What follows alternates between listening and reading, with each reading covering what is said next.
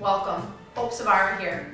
This video is designated towards plantar fasciitis. So for many people, they find that the symptoms of plantar fasciitis are almost debilitating. They are having to stop their regular exercise programs or the activities that they love, or just simple daily tasks become really difficult to do.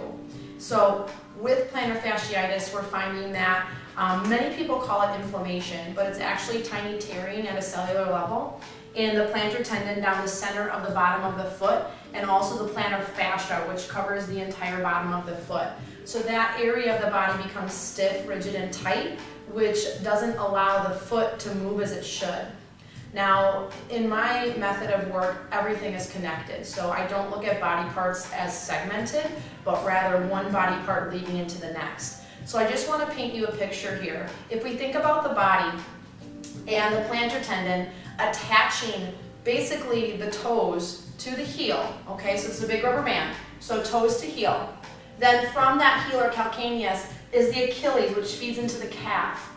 And then that calf feeds into the hamstring. The hamstring attaches at the sit bone, which then that sit bone connects to the sacrum. And there's a little ligament there called the sacral tuberous ligament. And that sacral tuberous ligament connects then to the multifidus, which laces the spine together 1 to 3 vertebrae at a time. And then that multifidus lines along with the erector muscles, which are like railroad ties, or they feel like small railroad ties running from the sacrum to the base of the skull. So literally our foot is connected to our head. So when we think about having foot pain, I often ask people about their lifestyle, but then I also ask them about other issues that they have in their body. Are they finding that they have hip pain? Are they having IT band problems? Do they find that they have shoulder or neck pain? That the two are often correlated. So when we look at releasing the feet, oftentimes we're also releasing other symptoms in the body or other issues conjoining with foot problems. Other things I would like to recommend is, one, getting your shoes off. I know that this isn't what's commonly recommended, but your feet need to do what they've been designed to do. All the practices I teach and promote are all done barefoot. We need to go back to that natural way in which our body is designed to do and know what it needs to do. Think about a baby. A baby's feet are designed that the way that they are, padded and such, so that they can walk on them and learn to balance. And then here we are putting these fancy shoes on, thinking that we're helping them, but in reality we're actually setting them up for issues later on. So kick your shoes off. And secondly here, I'm going to show you a couple different exercises using a few different props to hopefully put you in a position towards recovery from whatever it is that's ailing you. So we're first going to start out with an AccuBall. Now if you don't have a little AccuBall or a little nubby ball, I know there's balls out there called footsies, a golf ball or a tennis ball or a racket ball, anything you have that's round and you can roll. Someone just told me the other day that her friend didn't have one of these, so she used the frozen water bottle. She was on a trip. So find what you have and use it, and you can slowly work up from there. So ball's going to go on the floor. And with as much pressure as your body will allow, you're just going to start rolling out the bottom of the foot. Now, if you find that the tissue is sensitive, just ease up on the rolling or go slower. For the people that have poor circulation, working with the bottoms of the feet in this way is going to be a great way to improve circulation. So just trying to get all areas of the foot, so not just the plantar tendon down the center of the foot, but roll through the ball of the foot, roll through the inner arch, and it's what I call a heel grind. Plant the ball of the foot and just work the heel side to side. And again, as much pressure as your body will allow you to. You can work the outside edge of the foot, I'd say 30 seconds to a minute. Now if you work in an office and you can allow yourself to do that, or your boss would allow you to do it, kick your shoes off under your desk and just get in one of these little balls and just start rolling your feet while you're sitting at your desk. You'll be amazed at how much that helps you with back pain, leg pain, cramping. All right, so now that plantar tendon that runs down the center of the foot, remember, from the ball of the foot attaching to the heel, we're going to do 3 points of pressure. So just in front of the heel, the calcaneus, right where that plantar tendon would start from back to front, I'm going to have you do pressure and hold. So as much pressure as you can allow the foot to relax. Let's hold 3, 2, 1. Now move dead center on the foot, on that plantar tendon, and again, pressure and hold. Relax your toes. 3, 2, 1, and now move just forward to where the plantar tendon would end, and let's say the ball of the foot begins. And again, pressure and hold. 3, 2, 1. Nice, let's switch feet. So opposite foot. It's not uncommon to have different tenderness on different feet. I work with reflexology as well, and so it's very common for some people to have issues on one foot and not on the other, correlating with other issues in the body. So same thing again, rock and roll. Be creative with how you're moving your foot. Try not to just go back and forth, but go side to side and in a circle. Work through the ball of the foot. If you hear popping or cracking, a lot of times it's just muscles and ligaments and tendons kind of popping over joints in the toes. Nice. And for people that have bunions or hammer toes, this can be really great too because it can allow tight, restricted areas to be released. And so we'll do that heel grind. So plant the ball of the foot, and again, side to side, just allowing anything restricted to be released. And now if you do have some severe symptoms of plantar fasciitis, definitely this is going to be a work in progress, so you're going to have to work up to it. 3 points of pressure. Relax your foot just in front of the heel. 3 points, hold. 1, 2, 3. Now move to the center of the foot and pressure and hold. 3, 2, 1. Great. And now just behind the ball of the foot, pressure and hold. 3, 2, 1. Release. Nice. Throw your ball off to the side. So after accu-rolling the feet, or you could also use a foam roller if you didn't have anything, but the 3 pressure or hold points wouldn't work for that. But definitely use what you have. Get your shoes off. Next one is going to be a functional warrior one with a calf release. I'm going to turn sideways and find neutral pelvis in a nice strong mountain pose. Now step back with your right foot. I'm going to do left foot. So right foot steps back. Now typically, due to the restriction in the hips and the legs, the foot externally rotates, okay? So I want you to try to turn the toe and heel straight forward. So it's like we're on 2 little 2x2 planks. Re-square the hips and keep a nice strong pelvic floor, pelvic core. So pelvic floor feels like it's inverting, even though it's already slightly inverted. And then also the front part of the rectus and transversus are supporting. So we're creating what's called intra-abdominal pressure, basically a nice corset. We're not sucking in, we're just contracting where we are. So with the hips squared, now bend the front knee. Front knee stays bent. It's not a huge stride. Notice how my feet aren't very wide. I might need to even shorten it a little bit. My left leg is more of my issue side that I've been working on for some time now. Keeping the back heel down, body square with the front edge of the mat. Exhale, bend the back knee, and inhale, release. So exhale, I'm bending my back knee and pressing my heel simultaneous to the floor. And inhale, release. Keep breathing. Exhale, bend without dropping the belly out, and inhale, release. As you bend and straighten the leg, you may feel more the anterior tibialis, the side of the calf. You may feel this behind the ankle. You may feel this up the calf or even in the front of the shin. If you feel like, wow, this feels great, internally rotate the back foot slightly and then bend the knee. And you may get a little bit more now from this nice functional calf stretch. Nice. And again, exhale. I'm going to turn my foot back curl again. Exhale. And inhale. Let's go 4 more. So exhale, breathe 4. Can do a little hold. And exhale, breathe 3. Exhale, breathe 2. Nice job. And last one, press. And inhale, release. Step forward. And we'll do the opposite side. Again, neutral pelvis. Step back now with your left foot. Don't worry about your stride being symmetrical. I want you to be successful in the movement. Okay, so toes and heel turn straight forward. And if you're new to this type of a movement or new to my DVDs or my videos, I want you to look again at the back foot. Most people, they're so used to that external rotation on the back foot that they don't take another second look at it and they realize that, oh yeah, in fact, I do need to turn my foot more forward. I want that nice neutral foot. All right, re-square the hips. Front belly is strong. You might also notice some challenge and stretch in the hip flexor of the back leg. You're doing nothing wrong and everything right. Nice contraction. Bend your front knee. Here we go. Exhale, bend the back knee. And inhale, release. Nice. Exhale, keep the hips square. And inhale, release. If the back leg is fairly restricted, what you might find is that the front knee starts making it feel like you're doing the movement, but in all reality, the back leg isn't moving at all. So really pay attention to other body parts kind of faking the movement. Exhale, keep the left hip moving forward. And inhale, release. Exhale. What we're starting to understand is that most of our knee pain can often be symptomatic from our hip or our foot. So if you're feeling calf, if you're feeling shin, and you also have coupled knee pain, definitely start to ponder on the fact that maybe you just need to work your feet and your hips a little bit more. 2 more, neutral pelvis. Exhale, bend, keep your back heel on the mat. Inhale, straighten. Last one, exhale, bend, really great job. And inhale, straighten, step up with the back foot, nice job. I want you to go back to your more difficult side. So for me, I'm gonna step back with my left leg. Maybe for you, it's your right leg. So step back, we'll work 2-to-1 ratio. Toe and heel turn straight forward. If you feel like it's equal, we'll then pause the video here after this 3rd time and do the other side again a 2nd time. So bend the front knee, hips stay squared, keep your core strong. Remember, everything is an extension of the core. Exhale, bend, and inhale, straighten. Nice job. Exhale, bend.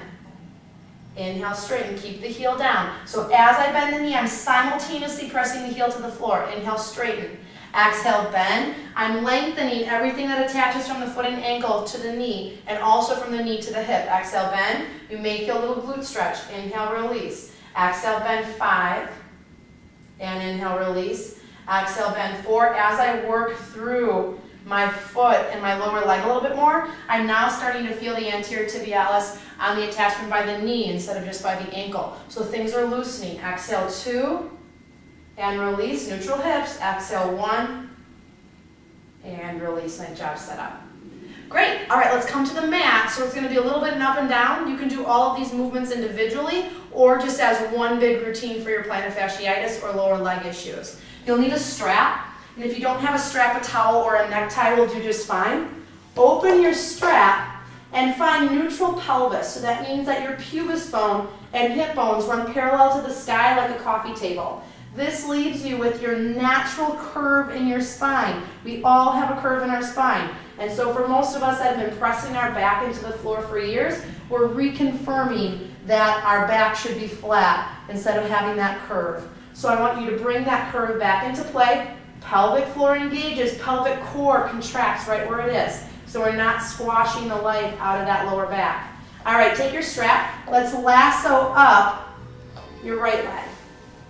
So right leg lassos up. Strap is on the ball of the foot arch, so within that range. One hand holds each side of the strap. Let's at least try to work the leg maybe to 90 degrees. No need to bring it closer to the mat right now. Keeping the lower backs curved slightly off the floor, we have a little bit of an engaged core and lower lumbar simultaneously. We're going to work with a foot twist. So since your right leg is lifted, I'm going to pull down with my left hand and externally rotate the ankle. So if you were walking down the street and you would kind of trip on the side of the curb, your foot kind of turns sideways, that's really what we're doing here right now. So we're exposing the outside of the ankle, anterior tibialis, but also into that IT band and hip. So nice rotation, hold and breathe. Keep the leg lengthening. So instead of softening the knee, I want you to, without locking the knee, keep the quad nice and active. So inhale through the nose. This is a great runner stretch. Exhale through the nose, breathe and relax your shoulders. Nice, inhale. And exhale, breathe. Let's take 3 more breaths.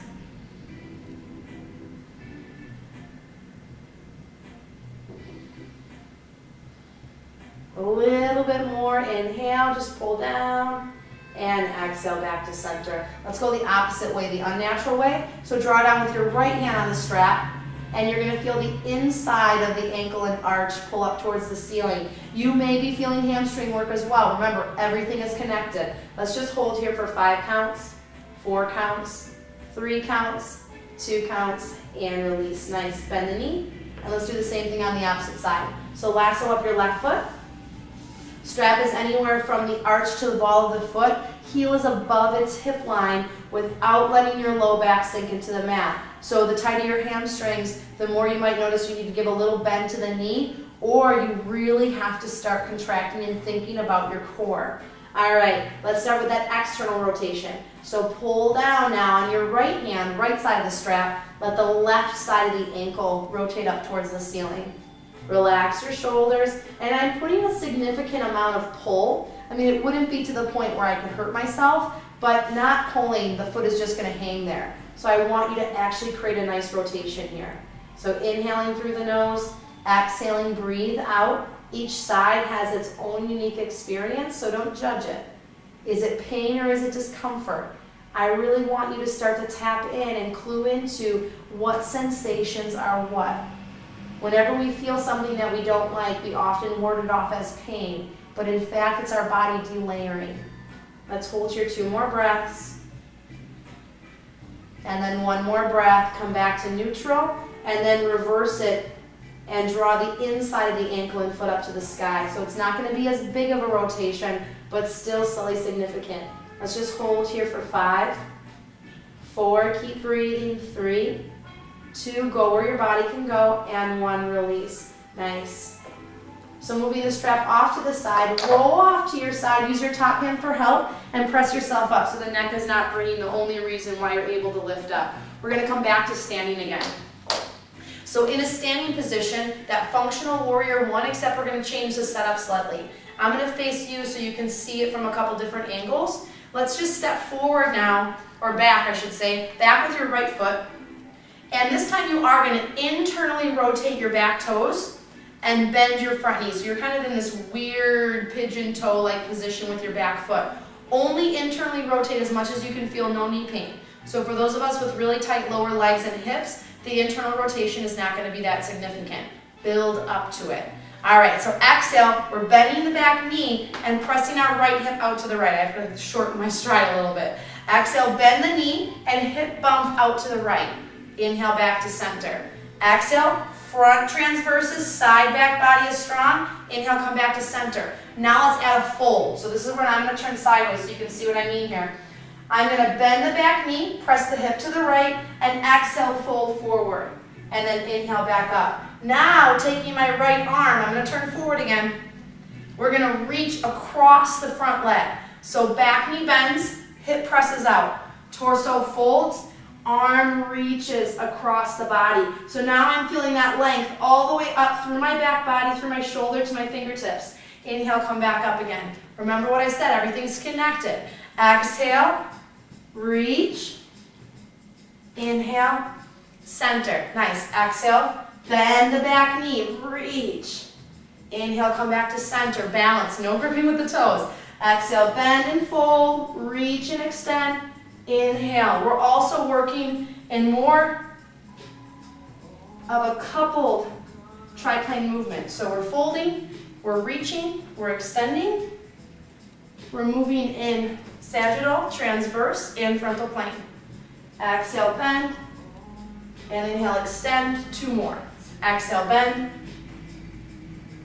and inhale, extend. Gets a little bit easier last time. Exhale, bend, and inhale, extend. All right, let's try our success on the opposite side. If you need to, just remove the leg a little shake, a little roll. Step back now, left foot. The stride does not have to be long. I repeat, the stride does not have to be long. You need to get out of your old yoga mindset that bigger is better, longer stride equals more length than hamstrings. If the movement is done properly, the length of the stride is only relevant to your body's capabilities. Internal rotation on the back foot, relevant to your knee comfort. Square the hips, pelvic floor transversus is strong. Let's just out by bending the back knee and straightening up again. Now we're going to bump the left hip. Exhale, press your hip out to the left. Inhale, come back to center. Ooh, this is challenging on my side. Exhale, bend and extend. Let's fold now. So I'm bending the knee, pressing the hip, and folding forward. Now you can take this to any degree that you feel is comfortable. Work your body up. Exhale, bend, press, and fold. Now we're going to reach. Bend the knee, press the hip, fold the torso, and reach the arms in opposite directions. Inhale, return the same way you came. Exhale. Inhale. Woo. Exhale. I told you, this is challenging. Inhale, come back up. It's a great movement for myself personally. I love walking with my kids and my dog. So this is a movement that I work with on a daily basis. Exhale. And inhale. Nice. Exhale. And inhale, try to keep the arm by the ear so that we can keep the back strengthening and lengthening simultaneously. 2 more. Exhale, bend and extend. Inhale. Last one, knee bends, hip presses, torso folds, and body reaches. And back up. Nice. Step forward. All right, which side was your more challenged side? And so I'm going to step back with my left side. I felt much more of a stretch on that side. Internally rotate. We won't do a total 2 to 1 here, but you get the idea. We're just going to do an additional 5. All right, so exhaling, bring it all together. And inhale. Nice. Exhale without dumping the belly. And inhale back up. All you're doing is making the back muscle short and tight. You need that nice transversal support. Reach and upright. 3 more. Exhale. And inhale. 2 more. Exhale. Press the hip. Inhale. Last one. Focus on the areas that you don't move a lot. And inhale back upright. Nice. Step up with the back foot. Alrighty, so come back to the mat. And lastly is going to be your foam roller. So if you don't have a foam roller, you can definitely just learn a little bit more information about using a foam roller, or for a couple of the movements, you could probably get away with a tennis ball or a golf ball. I would say a golf ball might be a little bit more invasive, especially if you have some major sensitivity in the areas of the lower legs. Laying your foam roller down like the cross of a T, I'm going to set my calf muscles right onto the roller. Now, remember, everything is an extension of our core. Either fist, fingertips, or yoga blocks. I want you to lift your hips up off the floor, and you're going to roll out your calves. And so turn the legs in all different directions so you can access different parts of the calf. I'm going to encourage you to roll to the point behind the knee, and I'm just going to move my roller down now so I can work a little bit more of the lower leg. It's also important to work the full length of the muscle, not just where it hurts. Nice. So again, external rotation, internal rotation, trying to find all those little nooks and crannies that you might find that are sensitive. You can also do this singly.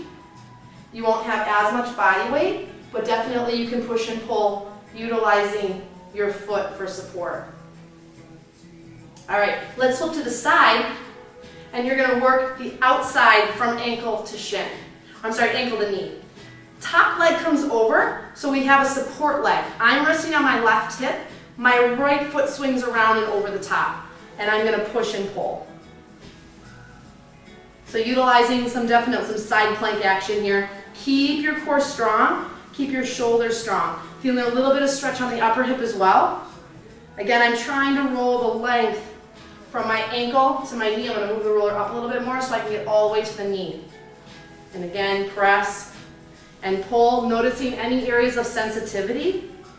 If you need to, you can micro roll right on that area. Nice deep breathing, just like a massage therapist would tell you. Really focusing on the exhale.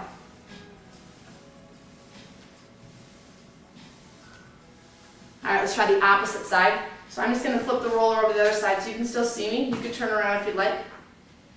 Bottom shin, top leg swings over. You could be on the forearms if you find it's too much for the wrist or the shoulder. So you would be more like this.